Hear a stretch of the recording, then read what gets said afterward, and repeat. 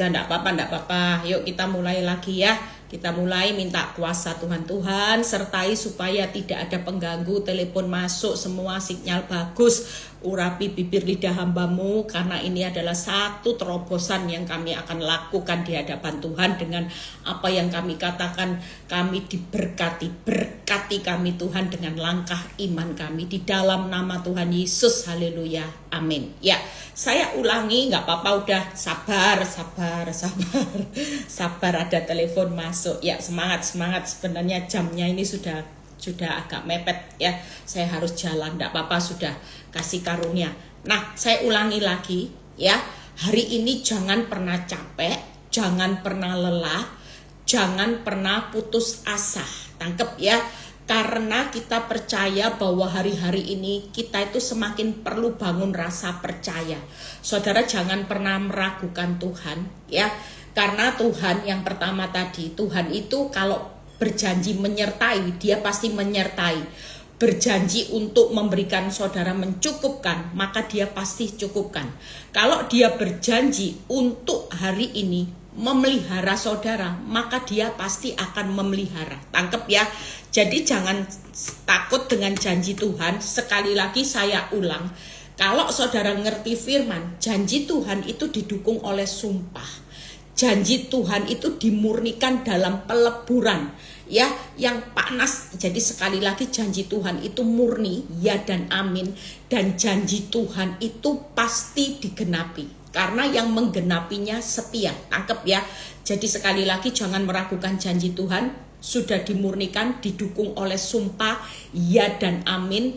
Janji Tuhan itu pasti digenapi karena Tuhan tidak pernah lalai. Manusia bisa sekedar janji belaka, pada waktunya dia mulai bohong, dia mulai mengingkari janjinya ya, termasuk orang-orang yang kita cintai bisa mengingkari janji nikahnya. Tapi sekali lagi Tuhan tidak akan pernah mengingkari janjinya. Hanya kita perlu rasa percaya. Nah, hari ini kita tahu bahwa ada firman yang berkata di Amsal 28 ayat 20a ya. Orang yang dapat dipercaya akan mendapat banyak berkat. Sekali lagi, orang yang dipercaya, orang yang akan mendapat bukan berkatnya sedikit, tapi banyak berkat. Ini kata kunci di garis bawahi saudara. Kenapa orang percaya itu mendapat berkat? Hari ini kita jadi orang percaya belum cukup. Mungkin di antara kita semua, saya sudah jadi orang percaya sejak lahir, KTP saya Kristen, saya juga percaya. Jujur, kita memang percaya Tuhan hebat, Tuhan dahsyat. Tapi yang jadi pertanyaannya, Tuhan percaya sama kita enggak? Ayat ini berkata orang yang dapat dipercaya. Saudara jadi orang benar, walaupun sejak lahir KTP Kristen, kira-kira kalau saudara lihat, kita ini dapat dipercaya enggak? Jujur ada banyak orang yang enggak bisa dipercaya sama Tuhan. Kenapa? Karena mulut berkata percaya, tapi hati khawatir, hati cemas, hati meragukan Tuhan. Bisa enggak ya? Bisa enggak ya? Tuhan kenapa? Tuhan kok seperti ini lagi? Nah, ini antara hati dan mulut enggak connect. Makanya kita enggak jadi orang percaya. Dan saya setiap kali mengajarkan hidup kita mulai sekarang, kalau kita mau lihat berkatnya Tuhan berkati kita, jangan datang dengan minta-minta masalahku, utangku, Tuhan berkatku mana, rezekiku mana, Tuhan mana kuku ya, kankerku, Tuhan sembuhkan hutang, masalahku, suamiku, anakku, istriku, mertuaku. Ndak, mulai hari ini belajarlah antara mulut dan hati itu connect, yaitu apa? Dengan doa yang berkata, apa saja yang kamu minta dan doakan, percayalah kamu sudah menerima. Ini yang selalu gagal dilakukan orang.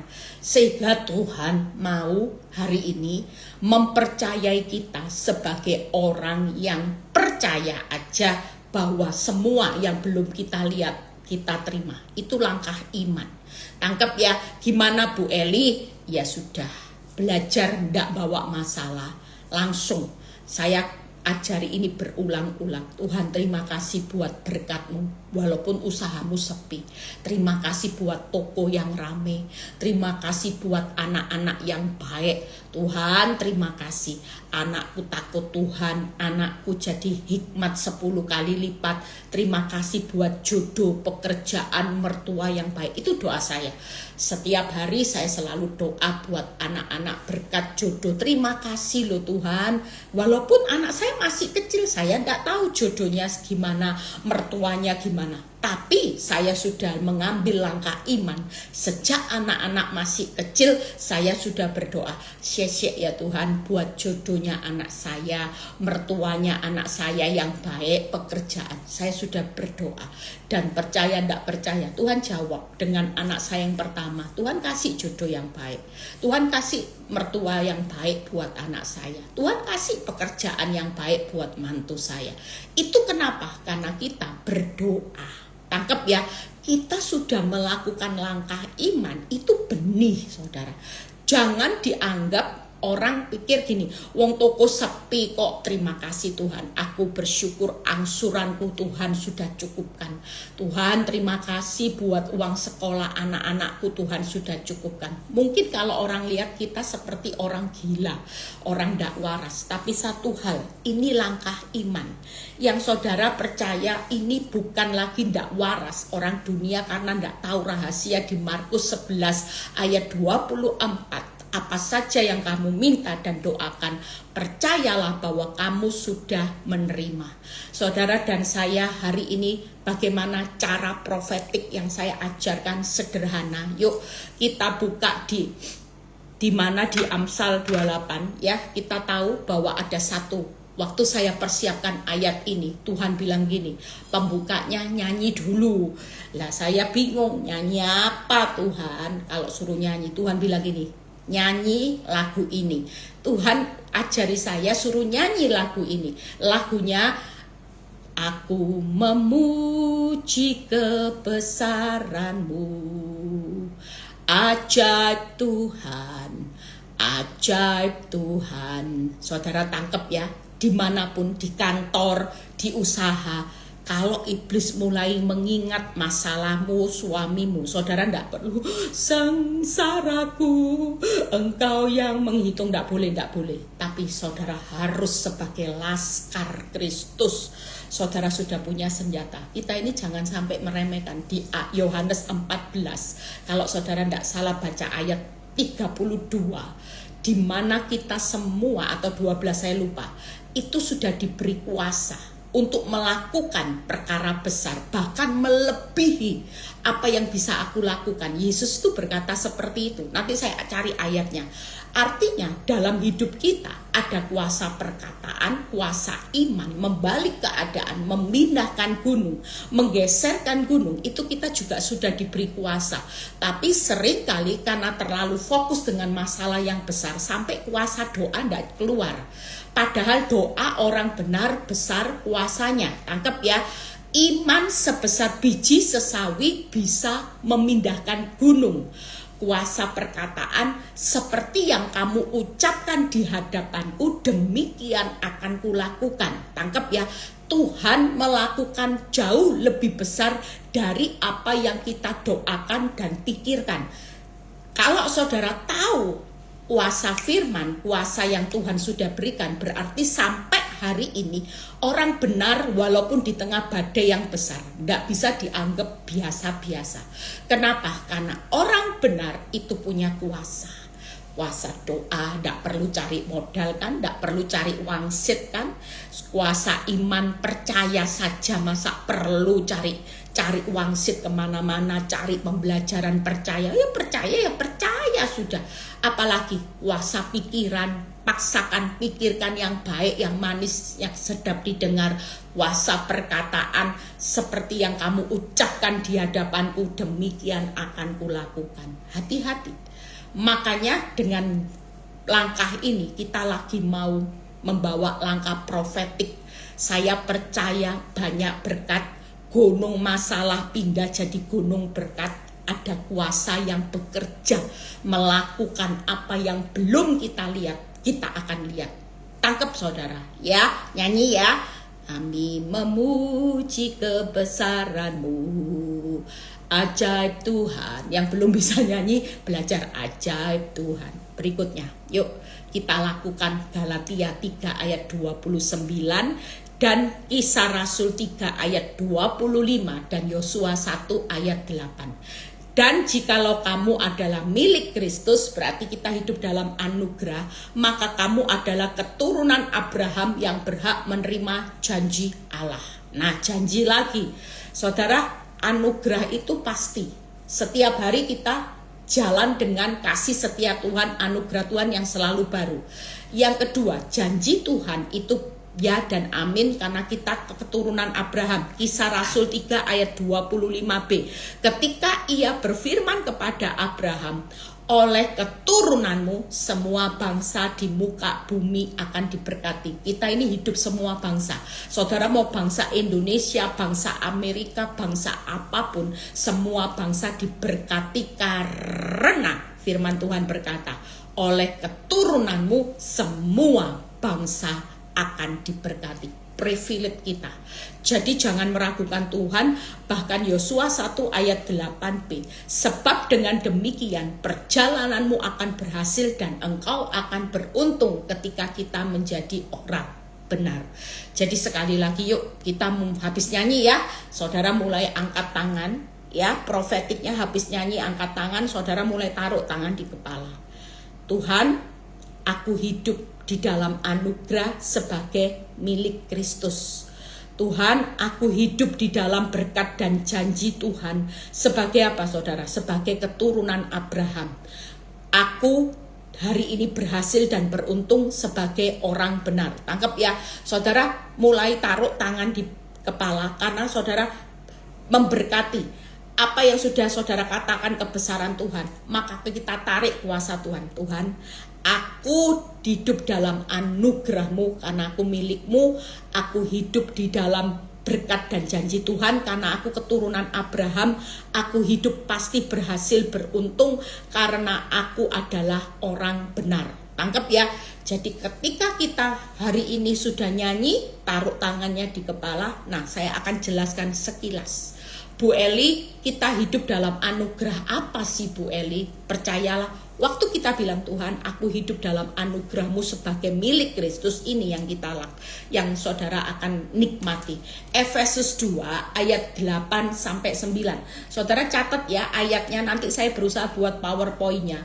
Efesus 2 ayat 8 9. Karena kasih karunia kamu diselamatkan oleh iman, bukan hasil usaha tapi pemberian Allah, bukan hasil pekerjaanmu. Jangan ada orang yang memegahkan diri.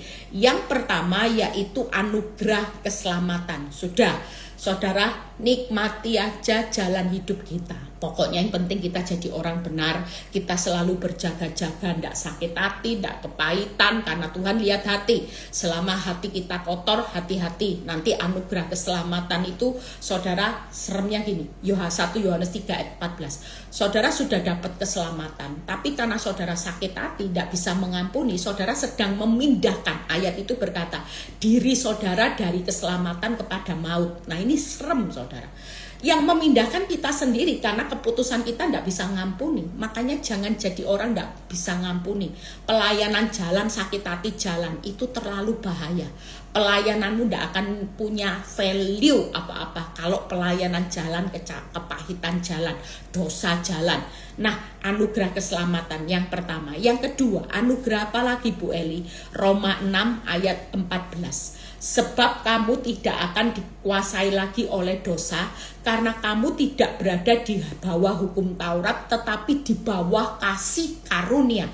Yang kedua, anugerah itu yaitu anugerah, yaitu pemberian Allah, bukan usaha kita, dan anugerah pengampunan, dan anugerah menikmati kuasa Tuhan yang sempurna. Jadi sekali lagi kita ini sudah menikmati anugerah 2. Tip 4. Yang pertama anugerah keselamatan. Yang kedua anugerah pemberian. Ya, semua itu pemberian. Anugerah itu cuma-cuma. Saudara tidak perlu jadi orang hebat dulu. Kalau usahamu mau diberkati dengan anugerah, saya bisa jadi hamba Tuhan evangelis, bukan karena saya hebat, enggak, tapi semua anugerah. Saya bisa dapat remanya Tuhan hari-hari ini, itu karena anugerah. Saya bisa dapat lagu tadi pagi, itu karena anugerah. Tangkap ya, mungkin buat saudara, ketika saudara enggak dapat anugerah, saudara enggak akan tahu lagu kunci apa, ayat kuncinya apa. Tapi kalau orang walaupun tidak perlu cari kepintaran apapun, kalau Tuhan yang berbicara, pasti itu anugerah. Tangkap ya, dan pasti itu jurus sesuatu yang menjadi berkat ketika Tuhan yang berbicara. Yang ketiga, kita lihat, tetapi jawab Tuhan, cukup kasih karuniaku, justru di saat kelemahan mula kuasa Tuhan sempurna. Yohanes 1 ayat 16, karena dari kepenuhannya kita semua telah menerima kasih karunia demi kasih karunia. Saya rangkum. Yang pertama, kita ini menikmati anugerah karena kita milik Kristus, anugerah keselamatan, anugerah pemberian Allah, bukan usaha kita, anugerah pengampunan dosa, dan anugerah menikmati kuasa Tuhan yang sempurna. Itu anugerah. Sudah, nikmati aja. Saudara, suatu kali laut itu bisa terbelah dengan kuasa Tuhan yang menyempurnakan. Saudara, hari ini hanya jangan kejar kuasa Tuhan sempurna, menyempurnakan usahamu, rezekimu, enggak. Tapi Tuhan tuh lagi menyempurnakan hidup kita terlebih dahulu. Baru bonusnya, kaya, berkat, kebahagiaan di dunia itu cuman bonus. Karena itu kan enggak selamanya. Yang enggak selamanya itu bukan tujuan hidup, tapi bonus. Tangkep ya. Jadi kalau bonus tuh gimana Bu Eli? Ya diberi berapapun, ya sudah terima aja, wong namanya bonus, bukan yang utama. Tapi yang utama kan sudah diberikan. Kita ini hidup ini harus ngerti, saudara. Tuhan tuh pernah bicara gini, Eli, kamu ini sedih apa? Gitu. Saya lagi sedih, saudara, karena saya lihat teman saya bergandengan tangan, berpelukan. Tuhan, saya sedih, saya tidak ada yang dipeluk. Tuhan, tidak ada yang gandeng tangan saya. Oh melo saya mulai mendayu-dayu melo. Terus Tuhan tuh bicara sama saya, Eli, kamu ini sedih apa? Tuhan bilang gitu. Emangnya kalau sudah digandeng Pak Nyoto, dipeluk, itu bisa selamanya? Apakah mati bisa dalam keadaan berpelukan? Saya ketawa, saudara. Apakah kamu mati nanti bisa di dalam peti mati berdua, di dalam kubur bergandengan tangan, berpelukan selamanya? Kan enggak. Oh iya, kan nanti matinya sendiri-sendiri loh. Jujur, saudara cinta sama suami, coba tanya suami saudara, kamu mau enggak kalau aku mati, kamu ikut mati? Sebaliknya saudara juga mau enggak kalau suami mati, saudara ikut mati? Kan juga enggak mau toh saudara.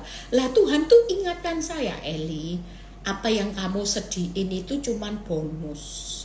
Bonus itu selama di dunia aja. Setelah mati kan lain ceritanya. Hidupmu kan sudah fokus kepada aku sebagai penyembah kamu, roh dalam kebenaran. Sudah tidak ada lagi. Apalagi hidup seperti uap. Kamu tidak tahu hidup ini sampai berapa. Orang walaupun hidup kayak Teletubbies, Romeo and Juliet, itu juga seperti uap. Jadi sekali lagi Tuhan itu ingatkan saya, Eli, bonus itu ya sudah. Kalau dapat bonusnya dicintai, digandeng tangan, ya sudah, nikmati. Tapi kalau bonusnya nanti usia berapa baru dipeluk, baru bisa dicintai, ya enggak apa-apa. Wong cuman bonus, bukan tujuan hidupmu kan, Eli. Tujuan hidupmu kan dipeluk siapa kita? Disayangi Tuhan. Aku yang nyayangi kamu selamanya. Aku yang gandeng tanganmu selamanya, Eli. Pak Nyoto belum bisa gandeng tanganmu, aku gandeng kamu, Eli. Pak Nyoto belum bisa peluk kamu, aku peluk kamu. Aku jagai kamu, aku lindungi kamu. Oh nangis saya, iya Tuhan. Lah kenapa kamu hari ini kejar bonus terus? Kok enggak kejar yang tujuan utama? Kita ini cuman bonus. Kalau saudara bisa nikmati rumah yang super mewah, ya sudah, memang Tuhan mau kasih bonus. Tapi saya percaya, waktu hidupmu makin percaya, berkat itu makin banyak loh saudara. Makanya hari ini kita sedang dibawa Tuhan itu percaya mengasihi Tuhan dengan segenap hati, segenap jiwa, segenap kekuatan. Harta kita itu jangan melekat di uang, mamon, suami. Hartamu di mana hartamu berada, di situ hatimu berada. Hari ini hati kita ini sedang dibawa Tuhan untuk mengasihi Tuhan itu tulus, karena itu hukum yang paling utama. Kasihilah Tuhan Allahmu dan kasihilah sesama manusia. Jangan diremehkan dua ini. Saudara tidak bisa mengasihi Tuhan cuma ngasihi suami saudara terus aja. Saudara juga jadi orang yang gagal. Dua hukum ini tidak bisa dipisah, saudara.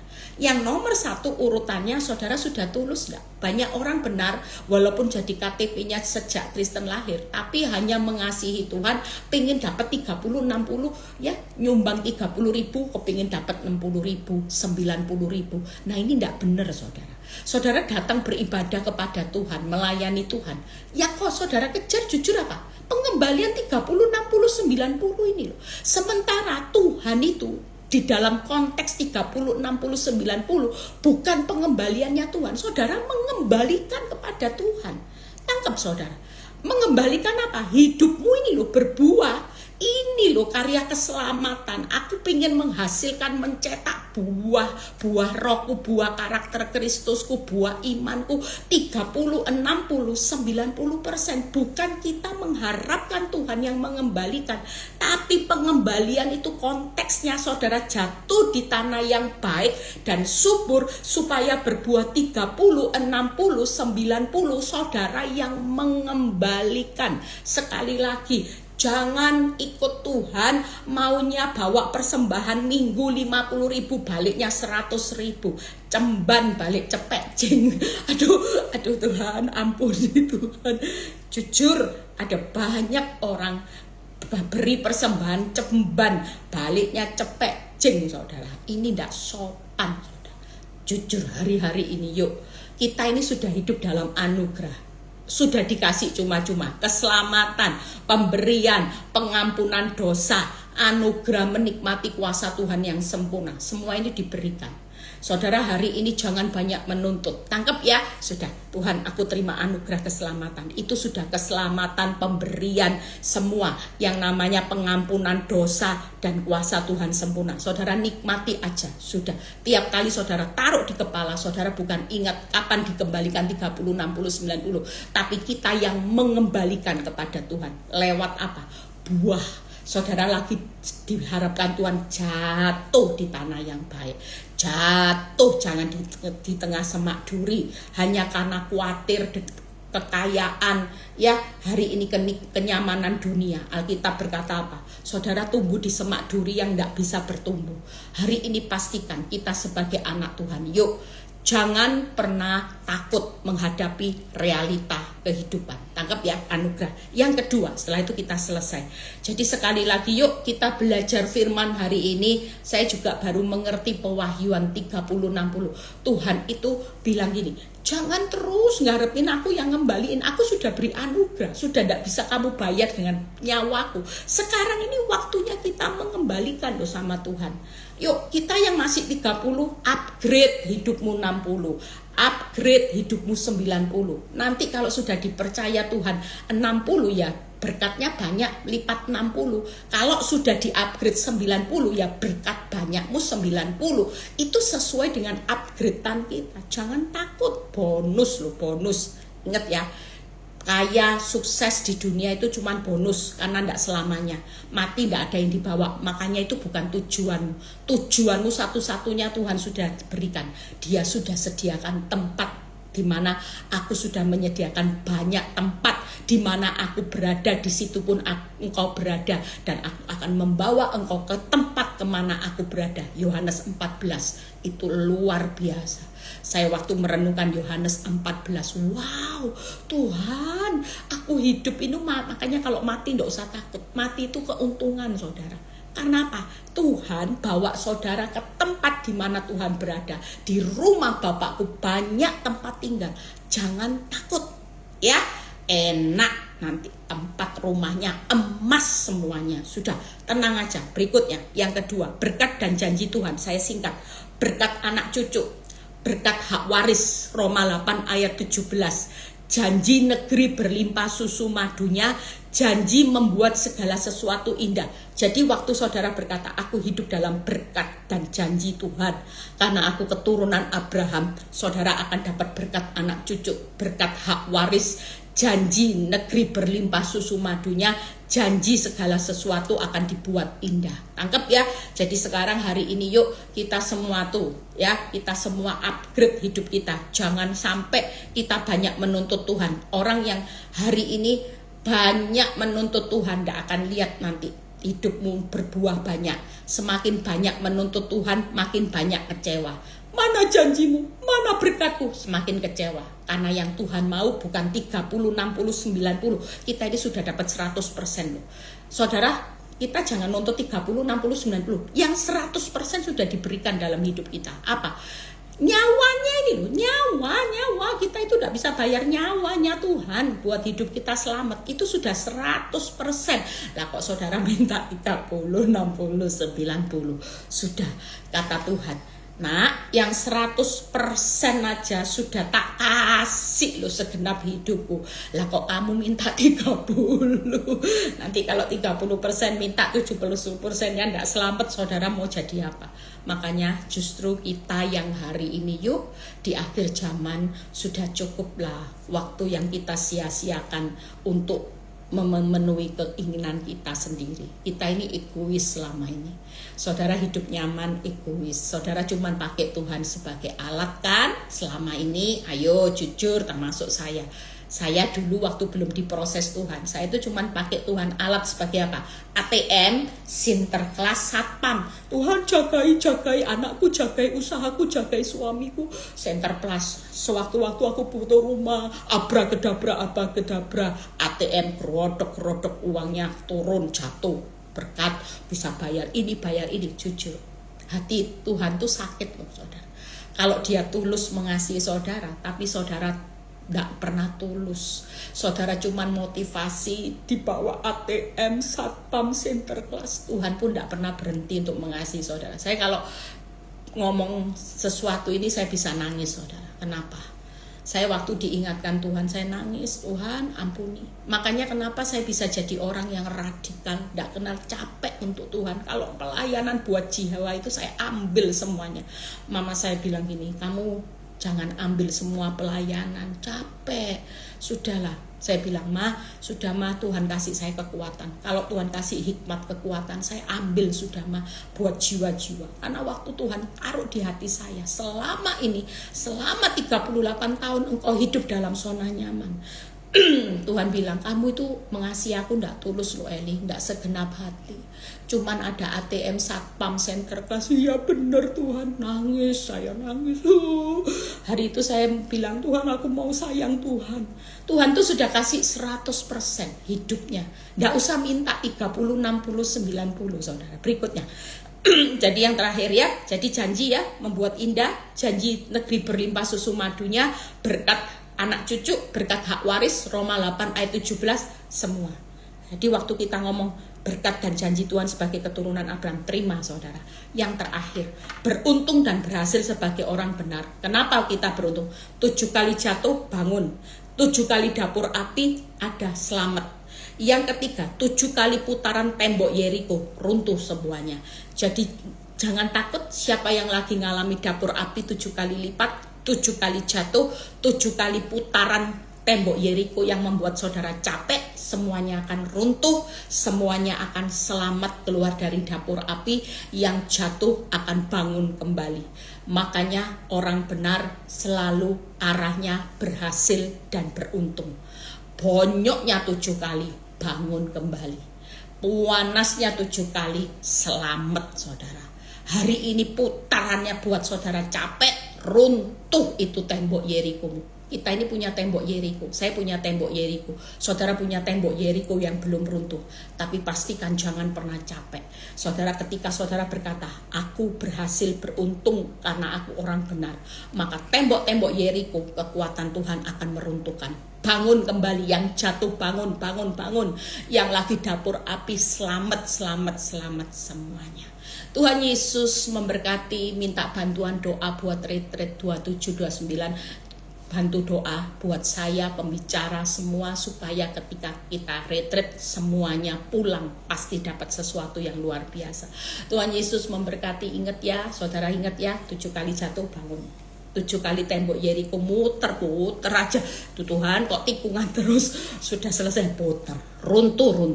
Ya, hari ini yang jatuh bangun, yang dapur apinya sudah panas, pasti selamat. Nggak usah takut. Tuhan itu, kita hidup di dalam anugerah, kita hidup dalam berkat janji Tuhan, kita hidup berhasil dan beruntung karena kita ini sebagai orang benar.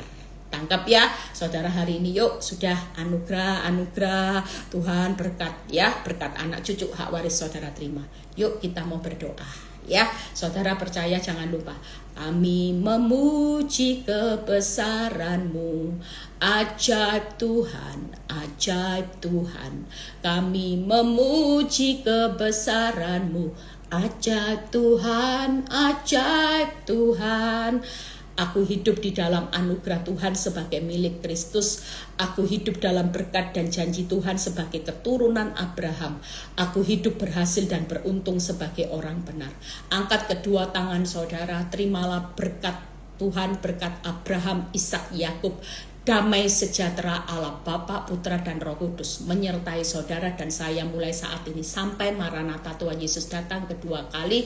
Yang diberkati dan percaya berkata amin. Tuhan Yesus memberkati. Semangat. Selamat beraktivitas. Terima kasih buat doanya. Yuk jangan lupa ya, tidak boleh berkeluh kesah lagi, tidak boleh ngomong lagi masalah. Mulai sekarang punya kuasa. Tuhan Yesus memberkati.